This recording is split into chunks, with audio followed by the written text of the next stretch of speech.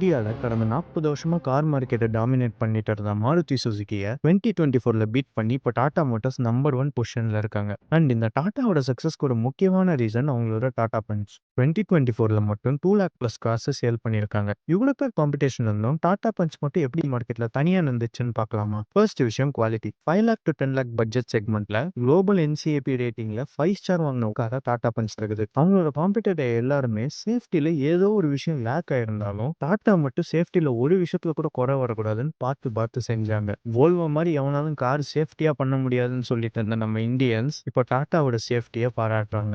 Number 2, multi power stream strategy. Tata பஞ்சை வெறும் ஒரு வேரியண்டா மட்டும் லான்ச் பண்ணாங்க. பெட்ரோல், சிஎன்ஜி, எலக்ட்ரிக்னு மொத்தம் 3 வேரியன்ட் லான்ச் பண்ணாங்க. இது கஸ்டமர் சூஸ் பண்றதுக்கு நிறைய ஆப்ஷன் கொடுத்துச்சு. அண்ட் இந்த ஸ்ட்ராட்டஜினால மட்டுமே இந்தியாவோட டோட்டல் இவி சேல்ஸ்ல 18% டாடா மோட்டார்ஸ் கேப்சர் பண்ணாங்க. Third one, pricing. Premium car செக்மெண்ட்ல மட்டுமே கிடைக்கிற ஒரு சில ஃபீச்சர்ஸை டாடா பஞ்ச்ல இன்க்ளூட் பண்ணாங்க. அது இன்க்ளூட் பண்றதோட மட்டும் நிறுத்தாம அஃபோர்டபுளான ஒரு பிரைஸுக்கும் லான்ச் பண்ணாங்க. அதனால இந்த கார் மிடில் கிளாஸ் பீப்புள்ஸ் மத்தியில ரொம்பவே ஃபேமஸ் ஆச்சு. அண்ட் இந்த மாதிரி பட்ஜெட்ல டாடா அளவுக்கு சேஃப்டியும் ஃபீச்சரும் எந்த காம்படிட்டராலையும் கொடுக்க முடியல. அண்ட் இப்படித்தான்